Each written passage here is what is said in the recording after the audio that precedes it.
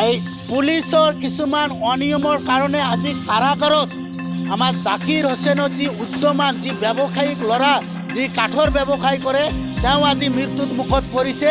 আজি যদি কাৰাগাৰত মানুহ কিয় যায় তাৰ সেফটিৰ কাৰণে কাৰাগাৰত মানুহ কিয় থাকে, কাৰাগাৰত যাতে একো নহয়, কাৰাগাৰতে যদি আজি মানুহৰ মৃত্যু হয় তেনেহ'লে মানুহ ক'ত গৈ তেওঁৰ সিকিউৰিটি পাব, ক'ত গৈ তেওঁ সুৰক্ষা পাব। আজি হিমন্ত বিশ্ব শৰ্মা ডাঙৰীয়া গৃহ বিভাগে কাৰাগাৰত মানুহক সুৰক্ষা দিব পৰা নাই। এই উত্তৰ আমি বিচাৰিছোঁ, ইয়াৰ জবাব।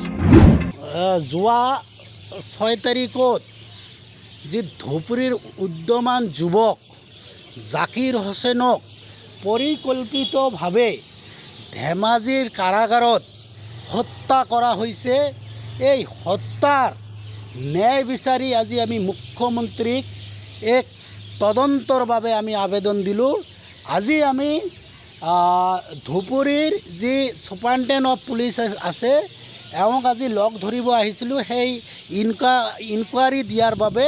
তেওঁ নাই বাবদে আমি আজি DSP ছাৰক লগ ধৰি আজি আমাৰ যি ইনকুৱাৰীৰ যিটো পিটিশ্যন এওঁক দি দিলোঁ।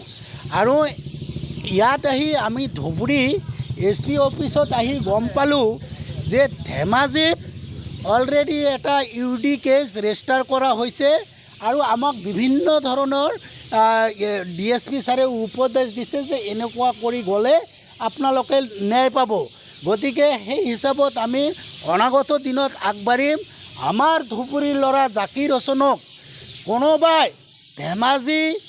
ধেমাজি কাৰাগাৰত হত্যা কৰিব। এই হত্যাৰ উচিত তদন্ত হ'ব লাগিব আৰু এই হত্যাই ধুবুৰীবাসী এনে এৰি নিদিয়ে।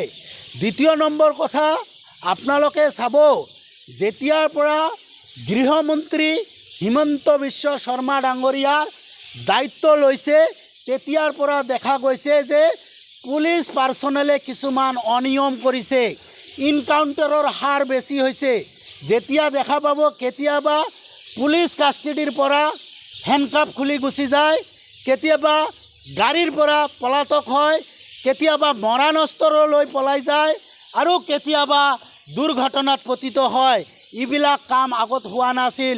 যেতিয়াৰ পৰা হিমন্ত বিশ্ব শৰ্মা ডাঙৰীয়া গৃহ বিভাগৰ দায়িত্ব লৈছে তেতিয়াৰ পৰা এই কাম আৰম্ভ হৈছে বুলি আমি ৰাইজৰ দলে অভিযোগ কৰোঁ।